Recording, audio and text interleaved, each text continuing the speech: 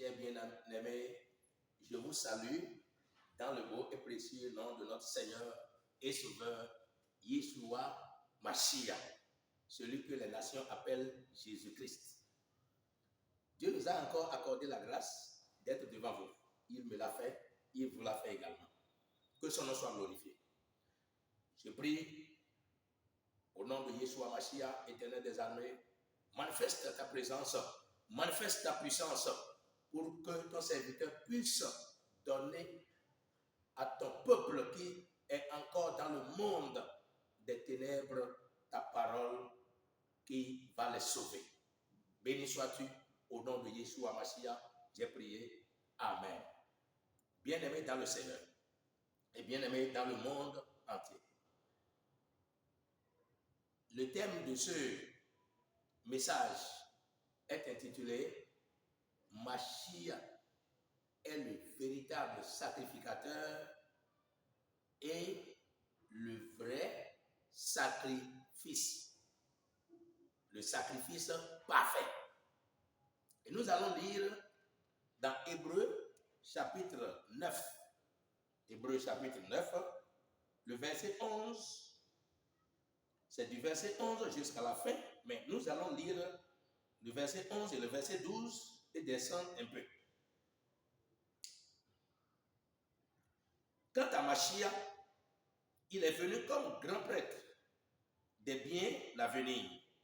Il a traversé le tabernacle plus grand et plus parfait qui n'est pas construit par la main de l'homme, c'est-à-dire qui n'appartient pas à cette création. Et il est entré une fois pour toutes dans le lieu très saint, non pas avec le sang de bouc et de jeunes taureaux, mais avec son propre sang. Il nous a ainsi obtenu un rachat éternel. Amen. Bien-aimés, la Bible dit, quant à Mashiach, celui que les nations appellent Jésus-Christ, il est venu comme un souverain sacrificateur des biens à venir. Et il a exercé sa sacrificature dans les lieux célestes. Il est entré dans le ciel lui-même, non avec le sang des boucs ni de taureaux, mais avec son propre sang. Et il y est entré une fois pour toutes. Pourquoi il est entré? La Bible dit, il a obtenu une rédemption éternelle pour nous. Qui sommes-nous? Nous, les croyants. Ceux qui croient en lui. Les humains, mais précisément ceux qui croient en lui. Bien-aimé, peut-être tu faisais des sacrifices de part et d'autre.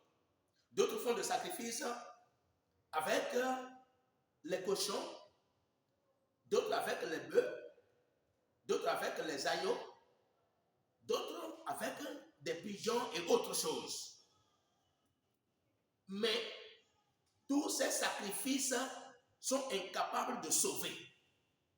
Laisse-moi te dire que tous ces sacrifices sont incapables de sauver l'homme de son péché, de ses péchés, et sont incapables de délivrer l'homme de la main de l'ennemi, du diable. Ces sacrifices ne peuvent jamais sauver. Les sacrifices que les gens font par-ci par-là dans les marigots, dans la rivière, ne pourront jamais sauver. Ils ne peuvent jamais apporter la délivrance et la paix. Bien-aimés, c'est pourquoi la grâce de Dieu s'est manifestée. Yeshua a pris corps. Il est venu en homme incarné. Et il s'est fait baptiser par Jean pour porter le péché de l'humanité. Après cela, il a été crucifié à la croix de Golgotha, ce qu'on peut lire dans Luc chapitre 23. Au verset 34, ce qu'on peut lire dans Jean chapitre 19. Et il est mort à la croix. Le verset 34 de Jean 19 a dit, Mais un des soldats lui perça le côté avec sa lance et sortit de l'eau et du sang. Je viens pour te dire, Mashiach s'est sacrifié. C'est lui le vrai sacrificateur qui s'est sacrifié lui-même pour ton péché, pour ta délivrance, pour la délivrance de l'humanité. On n'a plus besoin d'autres sacrifices. Ce que tu faisais, c'est parce que tu ne savais pas. Tu croyais que ça va te sauver, mais ça ne peut pas te sauver. Lui, il est venu, il est venu avec son sang, il a versé son sang pour obtenir une rédemption éternelle, un salut éternel, une délivrance éternelle, un rachat éternel. Bien aimé, on descend un peu. Le verset 18, c'est pourquoi même la première alliance a été inaugurée avec du sang. Après avoir prononcé devant le peuple entier tous les commandements conformément à la loi, Moïse a pris le sang des jeunes taureaux et des boucs ainsi que de l'eau, de la laine écarlate et de l'hysope. Et il a aspergé le livre lui-même et tout le peuple en disant, voici le sang de l'alliance que Dieu a prescrite pour vous. Il a aussi aspergé avec le sang le tabernacle et tous les ustensiles du culte. Or, d'après la loi, presque tout est purifié avec du sang. Et s'il n'y a pas de sang versé, il n'y a pas de pardon. Bien-aimé, la première alliance a été inaugurée par le sang. Le sang des boucs et le sang des taureaux. L'alliance mosaïque a été inaugurée. L'alliance que Dieu a établie au temps de Moïse, au milieu des enfants d'Israël, a été inaugurée avec le sang de boucs et de taureaux et avec de l'eau. Mélangé à l'aide de l'hysope et avec de la laine écarlate, il a aspergé tout ce que nous venons d'entendre pour purifier et pour ordonner l'obéissance à cette alliance-là. Donc, la nouvelle alliance aussi, puisque cette alliance-là ne peut pas sauver les gens, mais c'est la figure de l'alliance nouvelle qui est l'alliance établie par le Seigneur Yeshua Mashiach. Les sacrificateurs d'alors étaient la figure du véritable sacrificateur qui est le Seigneur Yeshua Mashiach. Donc, la première alliance a été inaugurée par le sang, mais mélangée avec de l'eau. La Bible déclare dans Hébreux chapitre 9 que nous sommes en train de lire, le verset 15, que c'est pourquoi Mashiach est le médiateur d'une nouvelle alliance. C'est lui qui est le médiateur d'une nouvelle alliance. Voici pourquoi Mashiach est le médiateur d'une alliance nouvelle. Sa mort est intervenue pour le rachat des transgressions commises sous la première alliance, afin que ceux qui ont été appelés reçoivent l'héritage éternel promis. Mon frère, la première alliance, Moïse était médiateur, mais il n'a pas versé son propre sang. Mais il a versé le sang des taureaux et des boucs avec de l'eau pour purifier le peuple. Mais l'alliance nouvelle a été établie par le Seigneur Yeshua Mashiach. Lui, il s'est offert lui-même. Il a versé son propre sang pour le rachat des transgressions commises, pour sauver l'humanité, pour sauver son peuple. Il a versé son propre sang. Mais ce n'est pas le sang seulement qu'il a versé. Jean 19, 34 dit, quand il est mort à la croix, un des soldats lui perça le côté avec sa lance et il sortit de l'eau et du sang. Donc, comme la première alliance a été inaugurée avec de l'eau et avec du sang, et lorsqu'on mélange l'eau avec le sang, on ne voit que le sang. C'est le sang seulement qu'on voit. Donc, de même, Mashiach aussi a versé l'eau et le sang pour établir la nouvelle alliance, pour inaugurer la nouvelle alliance, pour le pardon des péchés, pour le rachat. Bien-aimés dans le Seigneur, et bien-aimés dans le monde, vous qui écoutez, peut-être que tu as cru, mais une partie des Écritures. Tu as cru, mais une partie de l'œuvre que Yeshua a accomplie pour te sauver de ton péché, de tes péchés et de la damnation éternelle. Et aussi pour te délivrer des mains du diable, pour te conduire dans le royaume de Dieu. Peut-être que tu as cru à une partie. Yeshua a été enseveli. Après sa mort, il a été enseveli.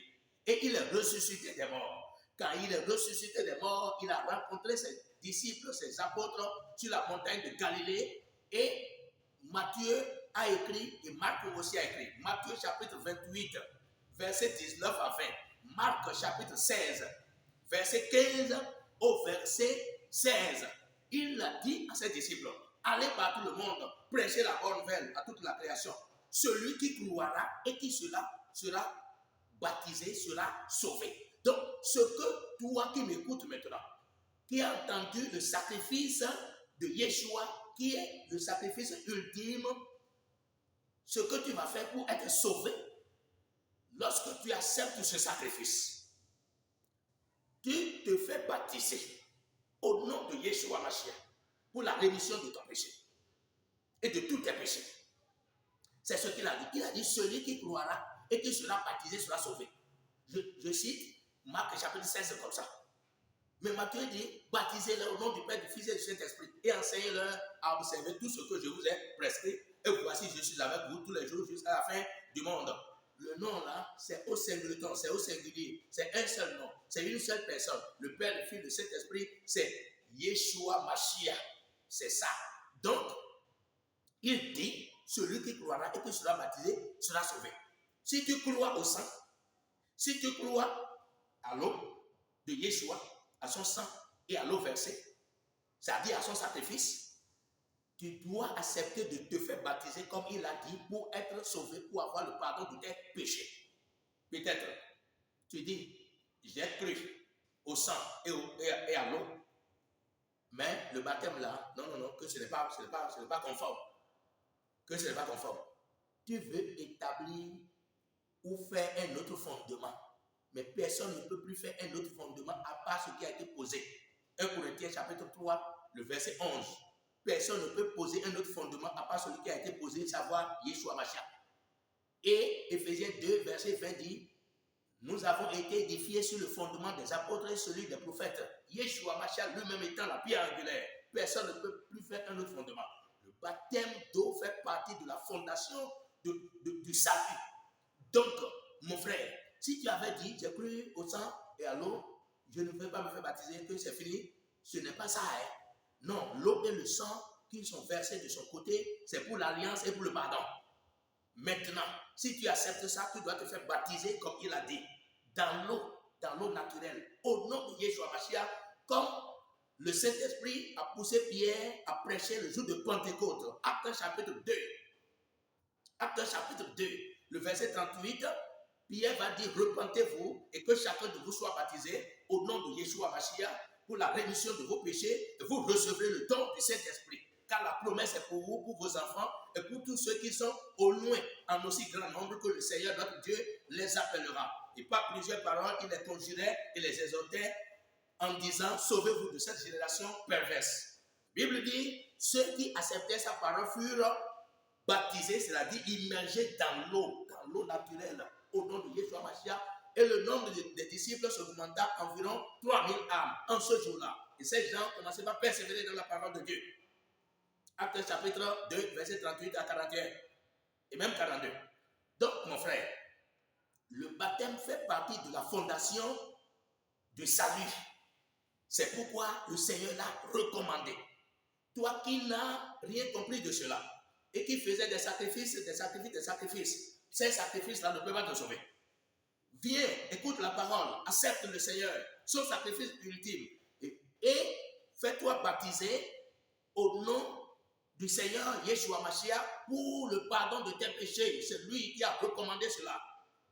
Toi qui as dit que tu as cru déjà, que tu es déjà sauvé, mais tu ne t'es pas baptisé en son nom, au nom de Yeshua Mashiach, tu as refusé, tu es dans la désobéissance. Tu ne dois pas désobéir, tu dois accepter de le faire. Si tu ne le fais pas, c'est-à-dire que tu n'es pas encore sauvé, tu n'es pas encore prêt pour la vie éternelle.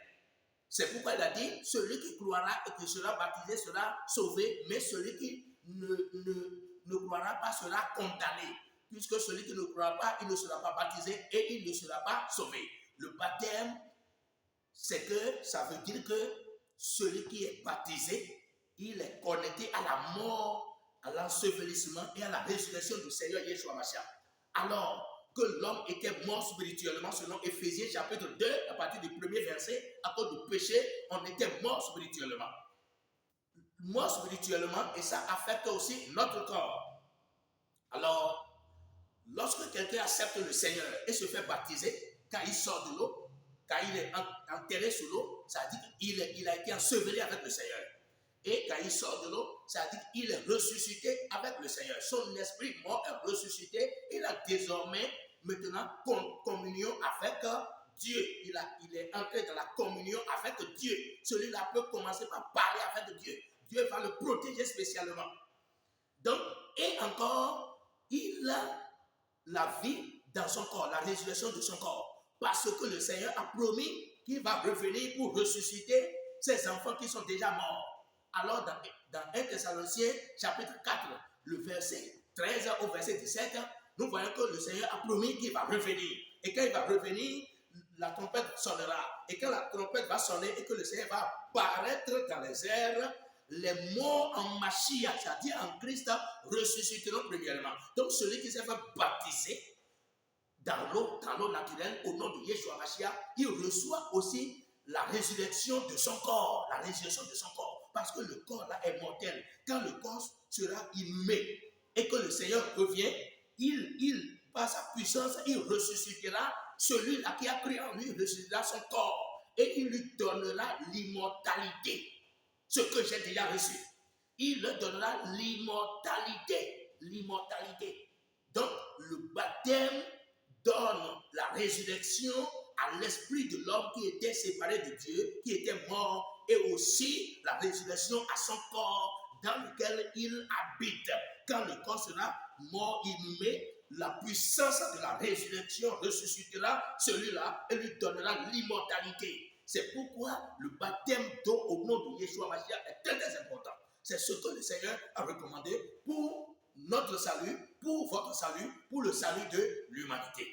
Je vous prie d'accepter ce message de la vie éternelle pour être sauvé. Si tu acceptes le message là, tu es protégé, tu es béni, tu es délivré complètement de la force du diable, de la force du péché. Tu as la vie éternelle en toi. Le diable ne pourra plus rien contre toi. Dieu ne ment pas. Il est véritable. C'est pourquoi il a dit, lui-même a dit, à travers la bouche d'un magicien, de grands magiciens. Ce ne sont pas les magiciens de ce monde actuellement, mais à travers un magicien qu'on appelle Balaam. Dans Nombre chapitre 23, le verset 19, il dit, Dieu n'est pas un homme pour mentir, ni le fils de l'homme pour se repentir. Ce qu'il a dit, ne le fera-t-il pas? Ce qu'il a déclaré, ne l'exécutera-t-il pas? Dieu exécute toujours ce qu'il a dit. Il a promis qu'il va revenir. Yeshua a promis qu'il va revenir et qu'il ressuscitera tous ceux qui seront morts en lui. Il les ressuscitera et puis ils les ressusciteront et puis ils les amèneront vers lui, chez lui, dans les cieux pour la vie éternelle. Donc il ne ment point. Si tu crois, tu ne seras pas déçu. Il dit dans Romains chapitre 10, le verset 11, que quiconque croit en lui ne sera point confus. Tu ne seras point confus. La sorcellerie ne peut plus rien contre toi. Ni la magie, ni le gris-gris ne pourra plus rien contre toi. Je prêche cet évangile, ça fait déjà 30 ans aujourd'hui. Et la sorcellerie, la magie, le gris-gris n'ont rien contre moi. Ils n'ont rien contre moi. Je prêche dans le couvent de fétiches, je prêche dans le couvent de Pliton, dans le couvent de Horo, tout ça, à tous ceux-là. Je prêche l'évangile que je vous prêche aujourd'hui et je suis encore là. Et aucun malheur ne m'arrivera, aucun fléau ne s'approchera de moi. Ainsi que toi, accepte le sacrifice ultime du Seigneur Yeshua Mashiach et sois baptisé en son nom Yeshua Mashiach pour la rémission de tes péchés. Et tu recevras le don du Saint-Esprit, tu as la vie éternelle, tu as la protection éternelle, tu as la protection divine, le diable ne pourra plus rien contre toi, les sorciers de ta maison, ni du monde entier, même s'ils se liguent contre toi, ils ne pourront plus rien contre toi. Sois béni mon frère, ma soeur. Si tu veux nous contacter, compose plus 229 01 66 35 87 32. YouTube, Réformateur 3 R. TikTok, réformateur, bien sûr, @réformateur 66. Tu nous verras. Avec tes questions, nous sommes prêts de vous répondre. Et si vous êtes prêts pour votre baptême, nous sommes prêts pour vous accompagner pour que vous soyez baptisés et sauvés. Que Dieu vous bénisse. Au nom puissant de Yeshua Mashiach, notre rédempteur, notre Seigneur. Amen. Amen. Bye bye. Shalom.